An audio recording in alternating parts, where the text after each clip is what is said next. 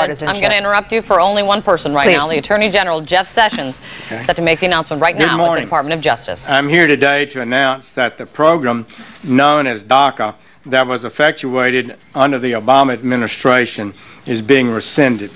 The DACA program was implemented in 2012 and essentially provided a legal status for recipients for a renewable 2-year term, work authorization, and other benefits, including participation in the Social Security program to 800,000 mostly adult illegal aliens. The policy was implemented unilaterally to great controversy and legal concern after Congress rejected legislative proposals to extend similar benefits on numerous occasions to this same group of illegal aliens. In other words, the executive branch, through DACA, deliberately sought to achieve what the legislative branch specifically refused to authorize on multiple occasions. Such an open-ended circumvention of immigration laws was an unconstitutional exercise of authority by the executive branch. The effect of this unilateral executive amnesty, among other things, contributed to a surge of minors at the southern border that yielded terrible humanitarian consequences. It also denied jobs to hundreds of thousands of Americans by allowing those same illegal aliens to take those jobs. We inherited from our founders and have advanced an unsurpassed legal heritage, which is the foundation of our freedom, our safety, and our prosperity. As Attorney General, it is my duty to ensure that the laws of the United States are enforced and that the constitutional order is upheld. No greater good for the overall health and well-being of our republic than preserving and strengthening the impartial rule of law. Societies where the rule of law is treasured are societies that tend to flourish and succeed. Societies where the rule of law is subject to political whims and personal biases tend to become societies afflicted by corruption, poverty, and human suffering. To have a lawful system of immigration that serves the national interest, we cannot admit everyone who would like to come here. It's just that simple. That would be an open borders policy, and the American people have rightly rejected that. Therefore, the nation must set and enforce a limit on how many immigrants we admit each year, and that means all cannot be accepted. This does not mean they are bad people or that our nation disrespects or demeans them in any way. It means we are properly enforcing our laws as Congress has passed them. It is with these principles and duties in mind, and in light of imminent litigation, that we reviewed the Obama administration's DACA policy. Our collective wisdom is that the policy is vulnerable to the same legal and constitutional challenges that the courts recognized with respect to the DAPA program, which was enjoined on a nationwide basis in a decision that was affirmed by the Fifth Circuit Court of Appeals.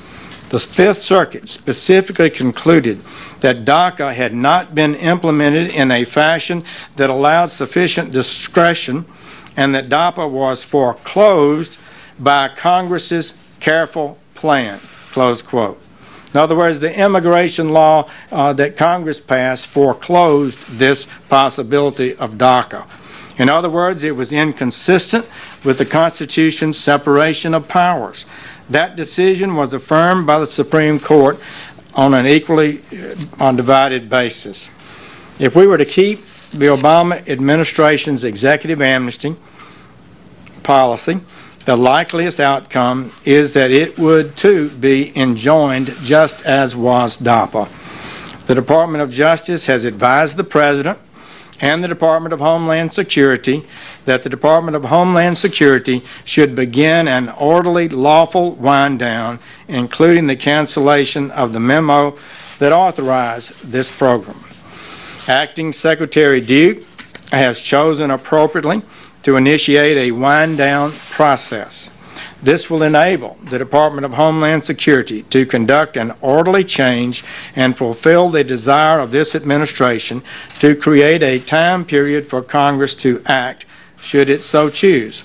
We firmly believe this is the responsible path. Simply put, if we are to further our goal of strengthening the constitutional order and the rule of law in America, the Department of Justice cannot defend this overreach.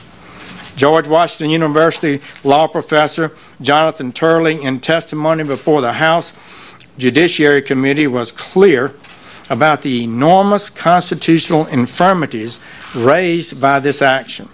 He said, quote, in his testimony, "In ordering this blanket exception, President Obama was nullifying part of a law that he simply disagreed with.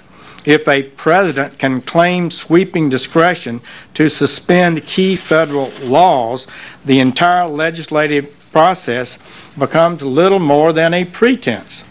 The circumvention of the legislative process not only undermines the authority of this branch," he's referring to the legislative branch, "but destabilizes the tripartite system as a whole."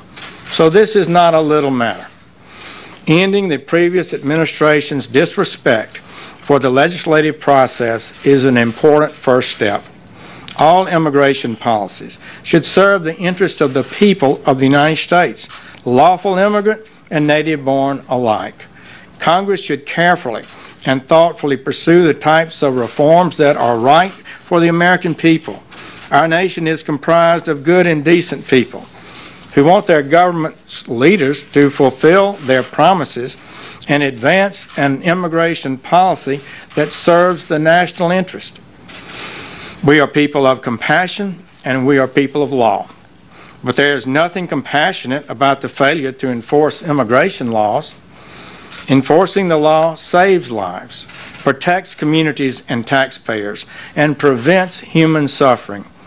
Failure to enforce the laws in the past has put our nation at risk of crime, violence, and terrorism.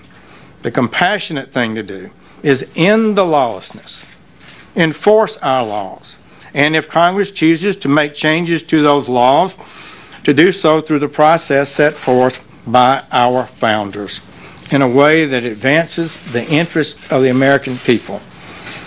That is what the President has promised to do and has delivered to the American people.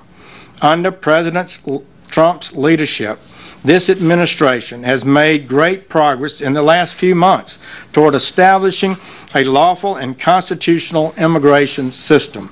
This makes us safer and more secure. It will further, economically, the lives of millions who are struggling, and it will enable our country to more effectively teach new immigrants about our system of government and to assimilate them to the cultural understandings that support it.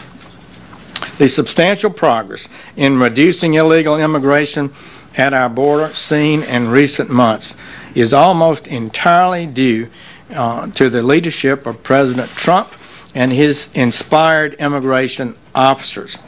But the problem is not yet solved, and without more action, we could see illegality rise again rather than be eliminated.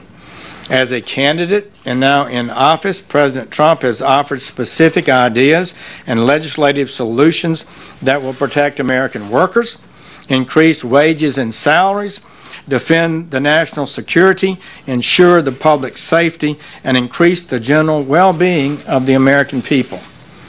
He has worked closely with many members of Congress, including in the introduction of the RAISE Act, which would produce enormous benefits for our country. And this is how our democratic process works. There are many powerful interest groups in the country, and every one of them has a constitutional right to advocate their views and represent whomever they choose. But the Department of Justice does not represent any narrow interest or any subset of the American people. We represent all the American people and protect the integrity of our Constitution. That is our charge. We at the Department of Justice are proud and honored to work to advance this vision for America and to do our best each day to ensure the safety and security of the American people. Thank you very much.